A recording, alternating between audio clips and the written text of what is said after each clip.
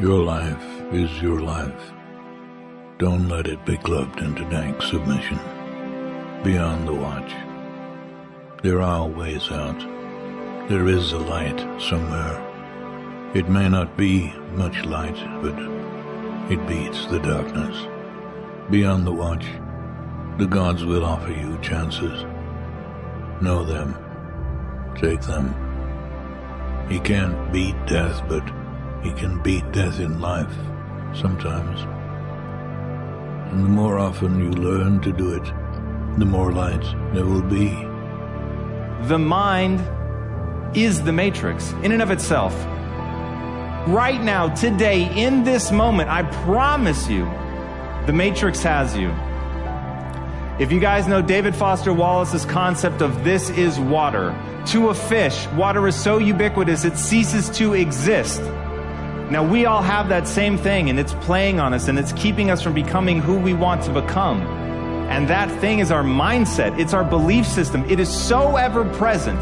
It is so ingrained into the fabric of who you are and the way that you process data, you don't even notice it. You don't even know that it's real. And this is the thing that impacts your life. It is your inability to see that your mindset controls everything, that it is water in and of itself. Now, when I heard this from Shakespeare, I realized that once you become aware of the water, you can change everything. Any moment, you can choose to believe something new about yourself. Now, the weird thing about belief is, as soon as you change that belief, it becomes true. Why that is, I will never quite understand. What weird quirk of human evolution has left us in a space where simply believing it makes it true? If you think you're dumb, guess what? You're dumb. Truly. And you will act in accordance with that belief, and that should scare the shit out of you. Fear is not real. The only place that fear can exist is in our thoughts of the future.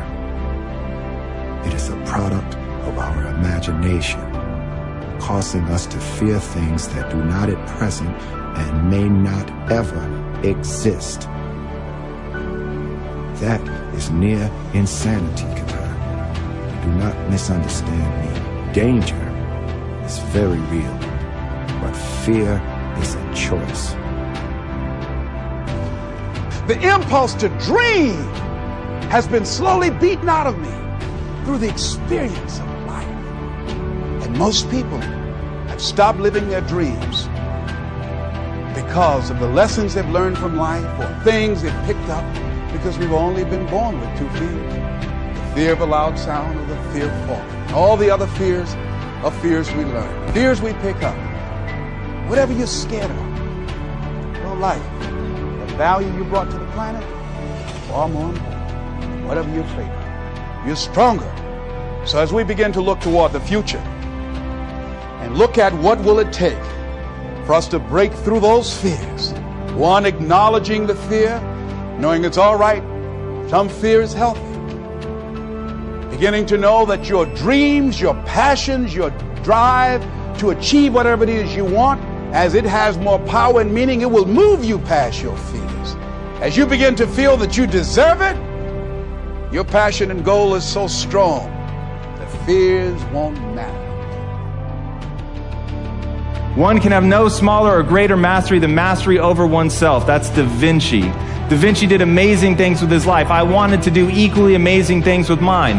And if that's the game that we're playing, if I can construct my belief system, if I can choose at any moment to believe something that's more empowering than I was believing the moment before, and that will actually find its way into my actions, allow me to do things that I couldn't do the moment before, then it's like that moment in the Matrix where Neo realizes he knows Kung Fu.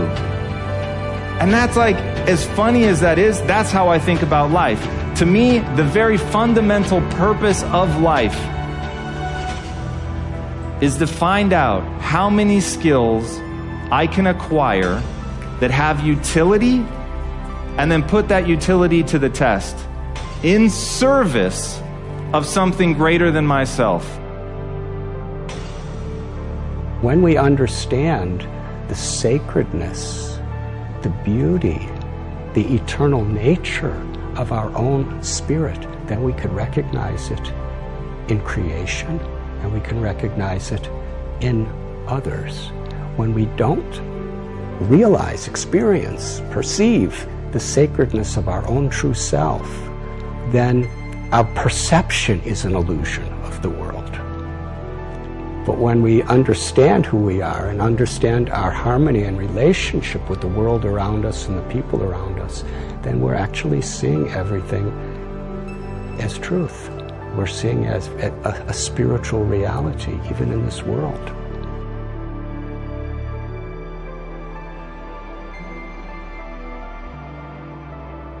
Discovering your why is just the beginning. In order to enjoy all the benefits of having a clearly articulated why, you'll need to have the courage and discipline to use it. Like Thomas Edison said, vision without execution is hallucination. There is an ideal order for implementing your why, though sometimes reality does get in the way, and it all starts with you. Our natural tendency is to start with the tangible. We define our value by what we do, so it takes practice to start with why. Like riding a bicycle, at first we're unsure, unsteady. We're in our heads thinking about all the things we need to do, pedal fast, keep enough speed so we don't fall over. We have to really concentrate. We may even fall over, even scrape our knees, but we get back on the bike and try again, and eventually it becomes natural. Starting with why is no different. At first it feels awkward. It may not even work.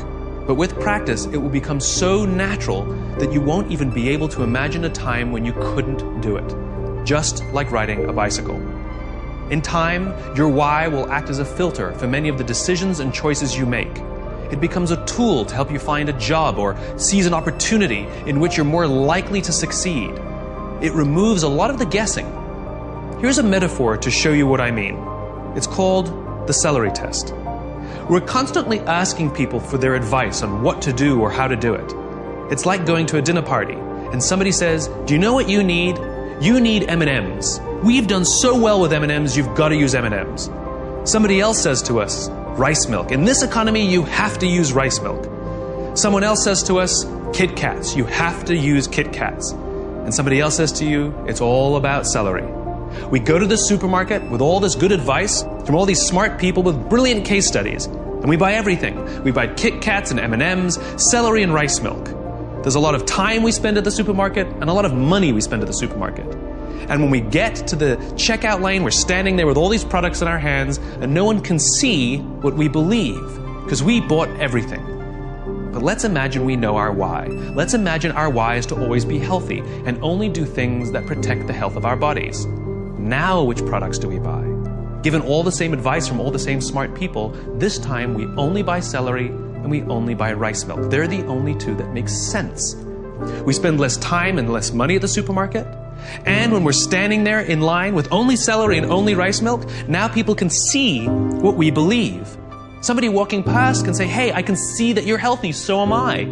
You just attracted an opportunity or a referral or a friend, simply by saying and doing the things that you believe. And the best part is it's scalable.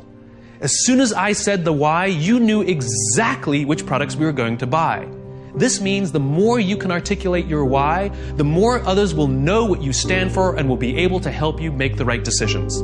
From now on, you will work to ensure everything you do is a good fit.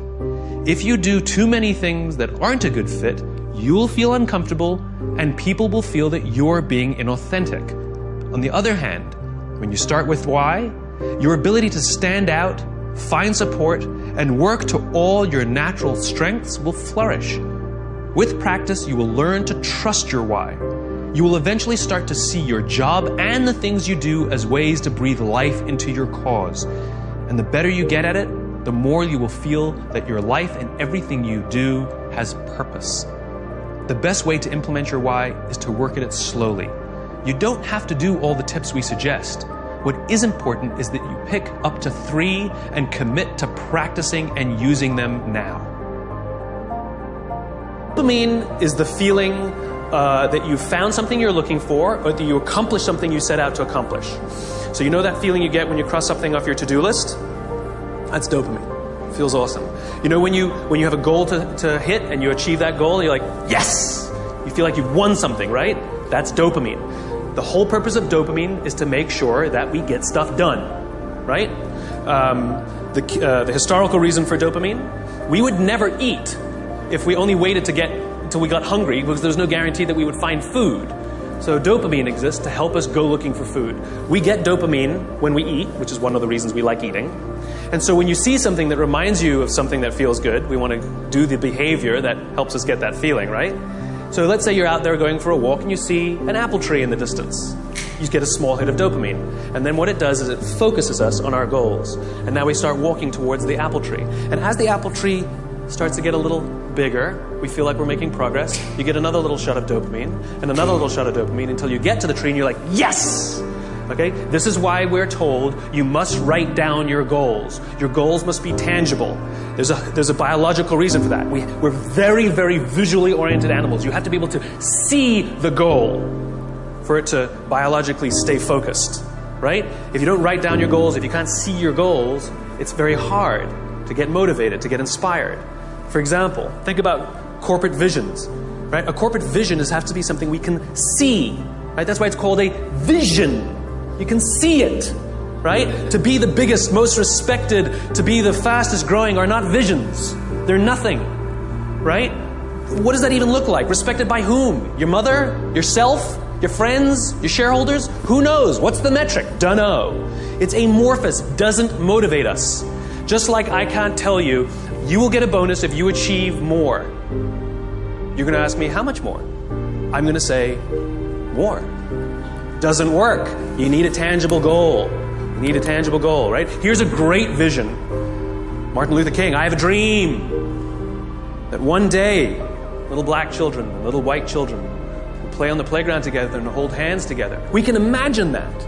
We can set our sights on that. And every time we achieve a goal and achieve a metric and achieve a milestone that makes us feel like we're making progress to the vision we can see, we keep going and going and going until we achieve something remarkable. You have to be able to see it. Dopamine. Like I said, dopamine is the feeling you get when you set out to find something you're looking for as well. Talked about the to-do list. I came home from a trip just a couple days ago and I had a bunch of errands to run and I wrote down a little list of things I had to do and off I went, right? And as I was walking past, I think it was the dry cleaners, I don't remember. I was walking past something, I remembered, I have to do that, and I hadn't written down on my to-do list. So I went in and I finished what I needed to do, and then when I came out, I then wrote it on my to-do list and then crossed it out. Because I wanted the dopamine. Feels good. Dopamine comes with a warning. Dopamine is highly, highly, highly addictive. Here are some other things that release dopamine. Alcohol, nicotine, gambling, your cell phone. Oh, you think I'm joking? Okay, we've all been told that, if you wake up in the morning and you crave a drink, you might be an alcoholic. Well, if you wake up in the morning, the first thing you do is check your phone before you even get out of bed, you might be an addict. If you walk from room to room in your own apartment holding your telephone,